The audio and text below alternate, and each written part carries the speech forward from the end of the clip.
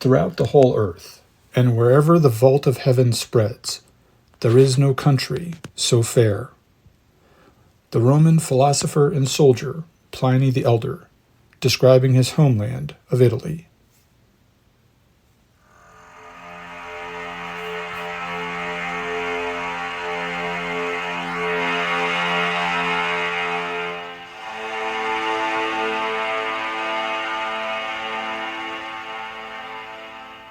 According to Roman legend, the story begins in 753 BC with the founding of the city of Rome. But even the ancient Romans knew that the story of their people extended farther back into the past than that. For one thing, they believed that even before the brothers Romulus and Remus founded the city on the Palatine Hill, even before then, that there was more to their story. An even more ancient legend told them that they were descended from refugees who had fled Troy, while the victorious Greeks plundered the fallen city.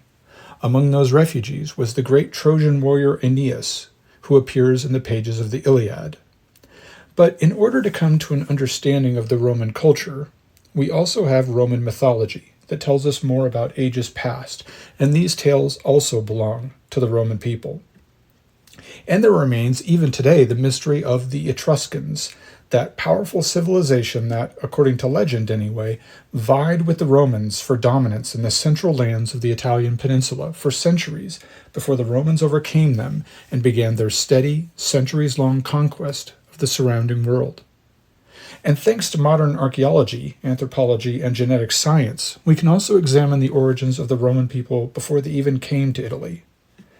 This first unit of episodes in the Roman Empire series, then, will focus on the earliest days of the Roman people, from their origins in the Proto-Indo-European diaspora all the way down to the death of the last Roman king in 509 BC. Before we begin, though, let me remind you to visit the website, western-traditions.org, where you can find all the episodes, as well as pictures, maps, source lists, and some good books to read. You can also buy Western Traditions merchandise on the shopping page or contribute directly to the podcast by using the PayPal or Patreon options. And now, let's go back, all the way back, perhaps as far back as 4,000 or 5,000 BC, to the late Neolithic period, when the Proto-Indo-Europeans may have first appeared, emerging from the mysterious backstage of human history in their homeland somewhere in Central Asia.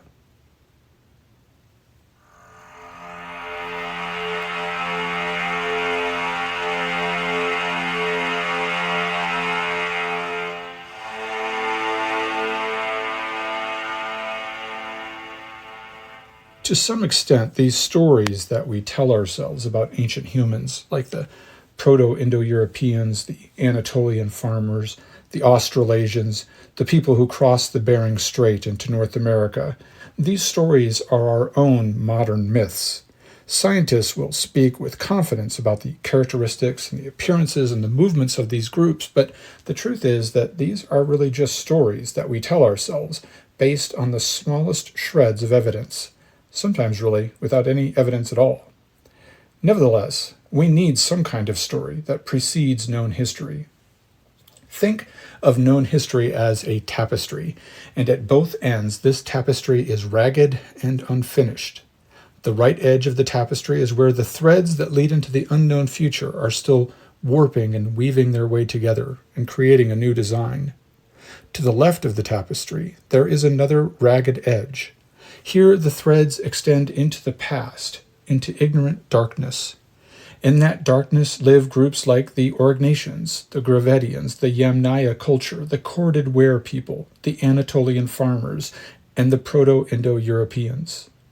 And so, gathering up a few threads of knowledge and a handful of assumptions, pieces of broken pottery and discarded tools and weapons, we weave and blend those threads into the tapestry, and we try to make a larger picture that makes sense to us.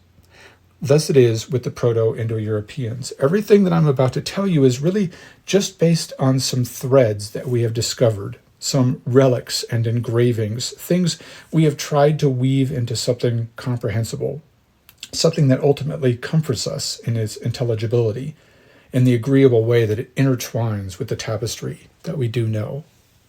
So here is the myth.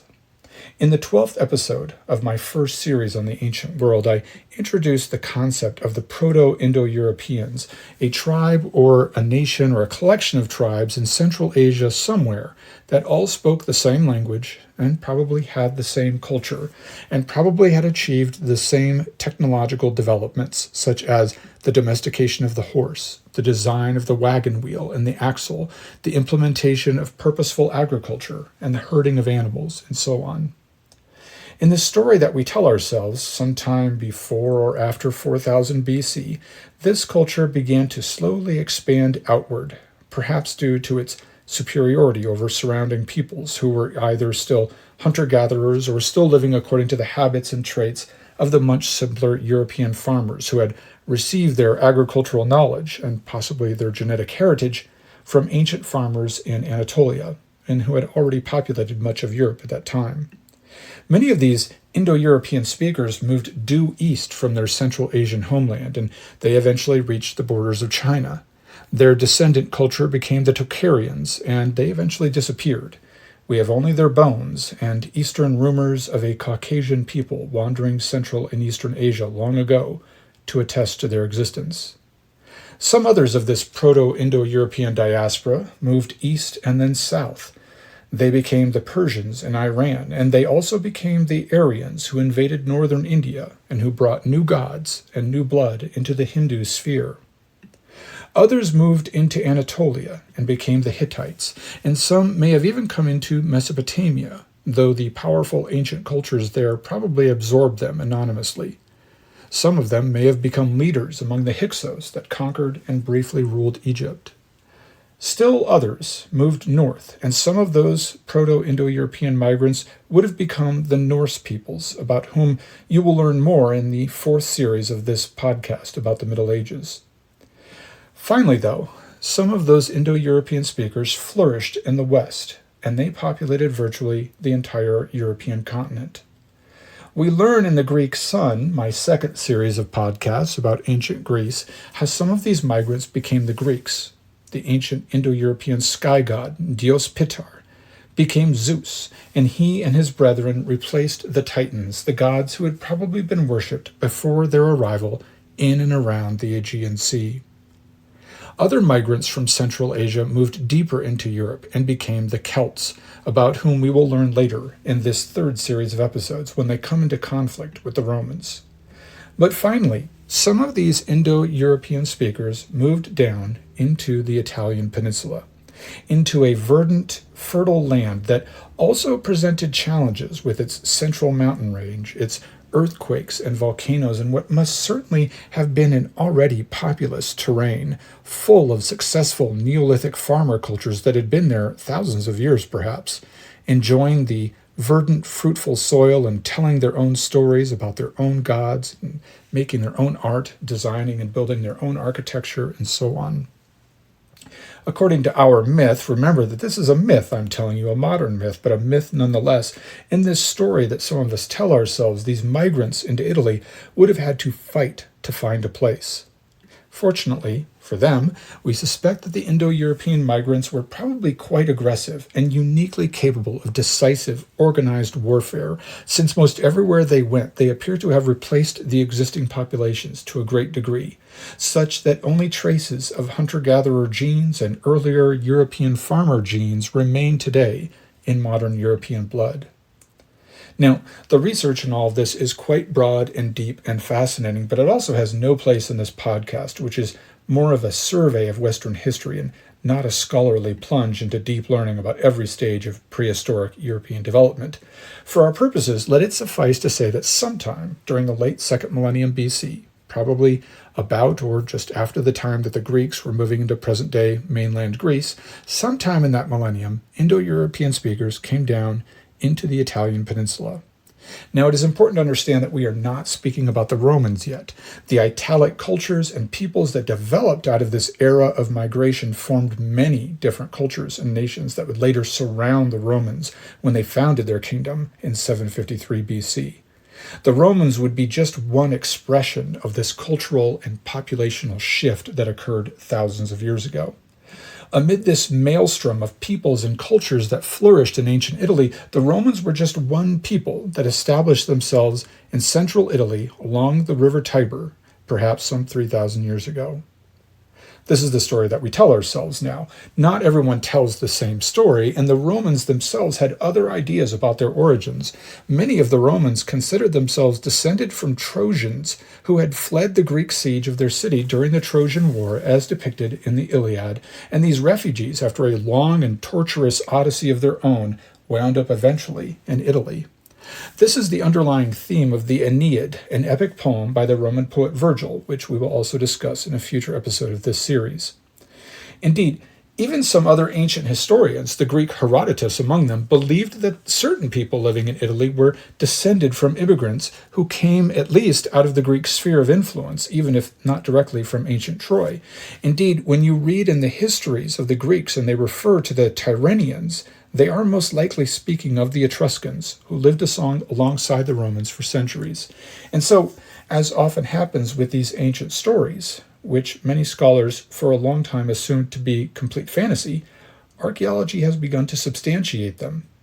In 1885, a stele, which was an ancient type of engraved stone marker, was discovered on the island of Lemnos, which is in the northern Aegean Sea, not all that far from ancient Troy, actually.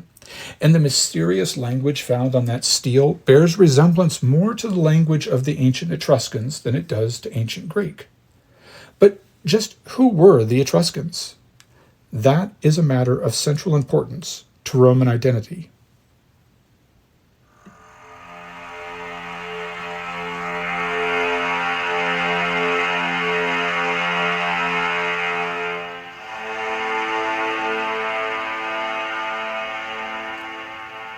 Down through the centuries, the Romans had a variety of nemeses: the Carthaginians, the Celts, the Vandals, the Persians, and so on.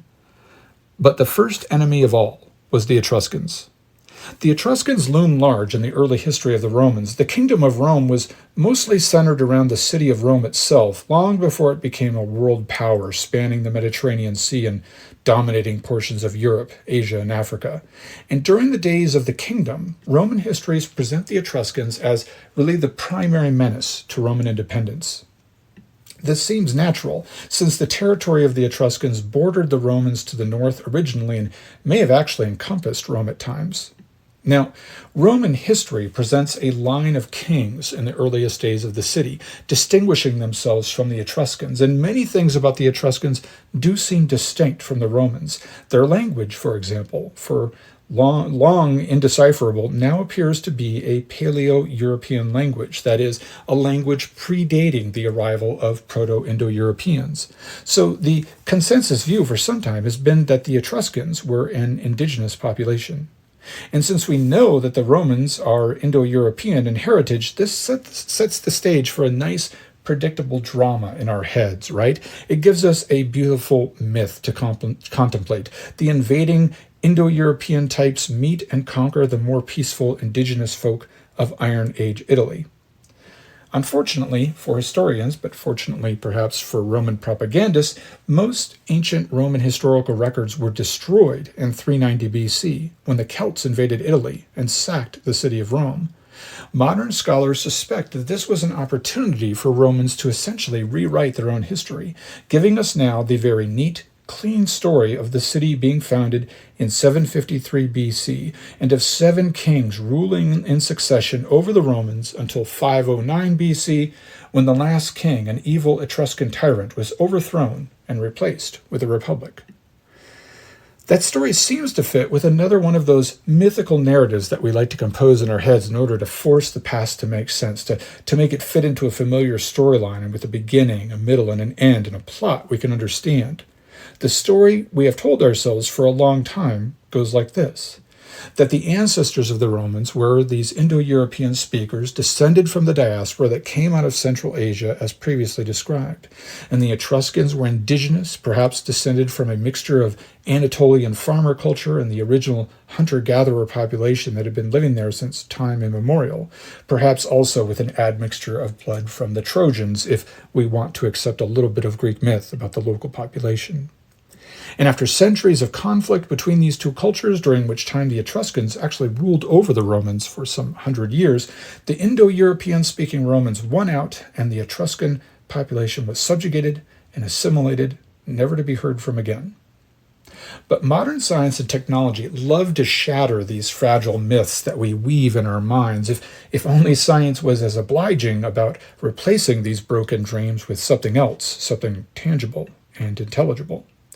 But anyway, in 2021, DNA analysis was performed on several dozen sets of ancient remains found throughout Tuscany, which was the ancient territory of the Etruscans, and they performed the same tests on remains in Latium, the ancient homeland of the earliest Romans. The analyses had some surprising results. The Latin Romans and the Etruscans were not that genetically different. All the remains, Etruscan and Latin, had strong mixtures of steppe ancestry, as well as signs of descent from local hunter-gatherer genes and with a few signs of Anatolian farmer blood. So not only were the Etruscans and the Romans essentially brothers, if we are to believe these results, this new myth that we're telling ourselves about the past, but they also both seem to be descended primarily from the steppes. That is another way of referring to the homeland of the Indo-European speakers from the plains of Central Asia, those horse-riding, wagon-hauling farmers and pastoralists who had started spreading into Europe thousands of years before. In terms of genetics, this leaves us a confounding story. There are so many signs that the Etruscans were distinct from the Romans, and the Roman story about the struggle against the Etruscans is so compelling. The confusion gets worse, though. Other studies based on mitochondrial DNA, the kind passed down only from mother to child, these studies actually support the idea that the Etruscans were in fact indigenous, with strong connections to the Anatolian farmers that possessed the Neolithic package of agricultural tools and techniques, and they had come out of Southwest Asia. For more information on the Neolithic package and what that means, listen to the 8th episode of my first series on the ancient world about the Neolithic age. So we will just have to embrace the mystery, as I like to say, when we run out of solid information and must simply go by what we see and read and hear. Many of the coming episodes will have very clear things to say about the Etruscans, opinions and stories told to us by the Romans, who certainly seem to consider themselves distinct, and apparently were distinct in terms of culture and language, even if their blood seems to have flowed from the same river. And we will just have to juggle that ancient Roman perspective with the conflicting scientific and archaeological data that we continue to discover. Now, I have mentioned so far the genetics and the Roman legendary references to the Etruscans. But what does archaeology tell us about them?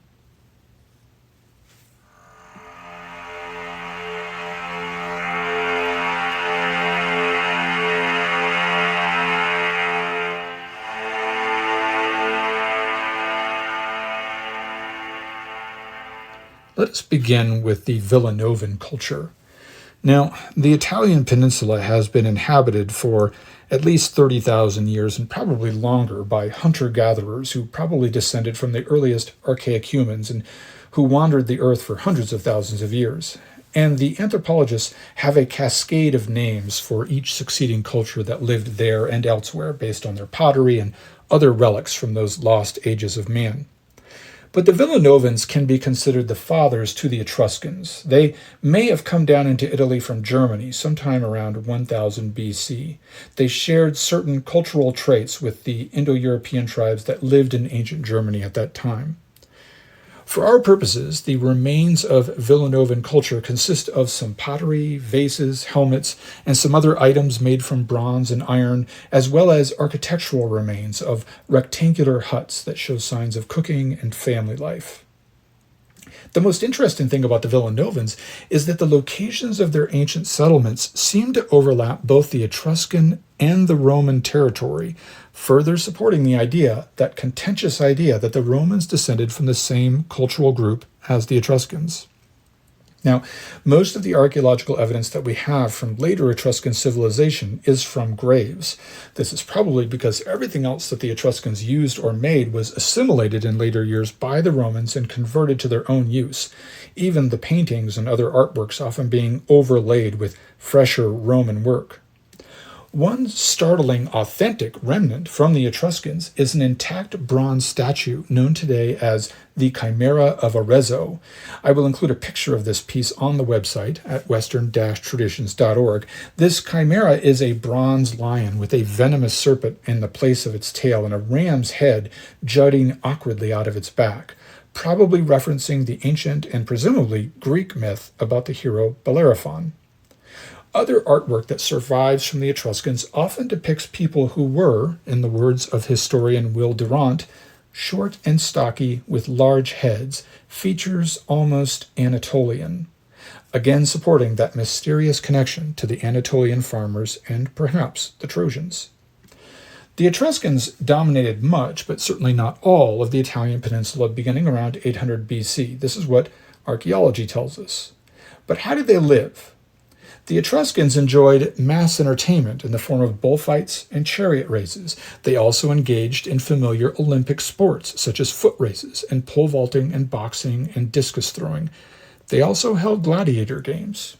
And this was a wealthy culture. According to our grave findings, Etruscan women wore gorgeous amber necklaces and gold jewelry of every sort.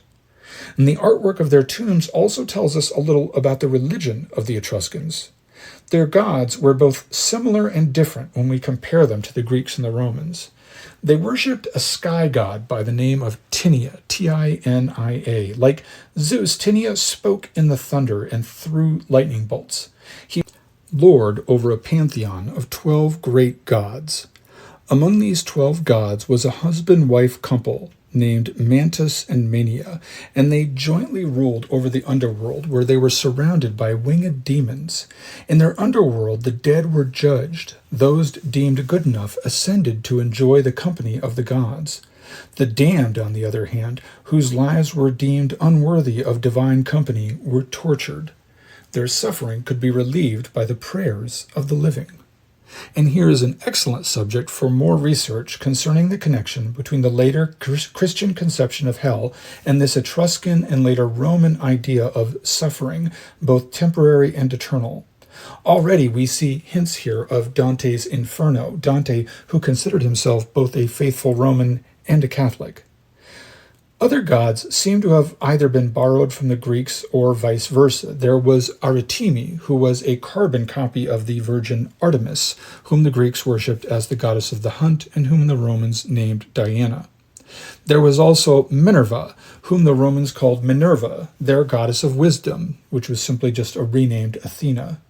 The Etruscans also had a strong man hero named Hercle, who ascended to godhood and whose name seems quite similar to the Greek Heracles and the Romanized Hercules. The list of such similarities goes on. The Etruscans apparently practiced animal sacrifice and occasionally sacrificed humans as well, as we have seen elsewhere among the Greeks and the Phoenicians and the Carthaginians. At a yearly festival, the Etruscans reportedly sacrificed children into the care of the lady of the underworld, Mania. They are often contrasted, however, these Etruscans, as being more refined than the Romans, as a more ancient civilization, its people possessing more of the social graces than the simpler, straightforward Romans. Later Romans would comment on the finer things in their culture, having come from the Etruscans. The Romans admired the Etruscans enough that even at the height of their rivalry, a wealthy Etruscan who had migrated to Rome in the mid-7th century BC by the name of Lucius Tarquinius later became the 5th king over the Roman people. He is remembered to history as Tarquinius the Elder, since one of his descendants, also named Tarquinius, would be its last king a century later.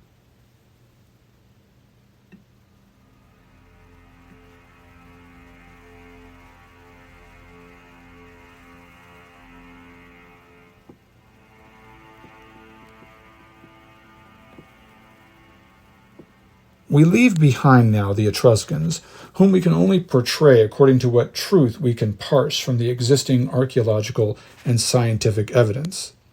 Future episodes will relate almost entirely the Roman perspective on their Etruscan rivals. Before we move forward in time, though, before we get into the nitty-gritty details of Roman politics and class struggles, we're actually going to move back into the past, into myth, as we look at Roman mythology and their oldest stories about their own identity. Until that next episode, then, I thank you for listening to the Western Traditions Podcast.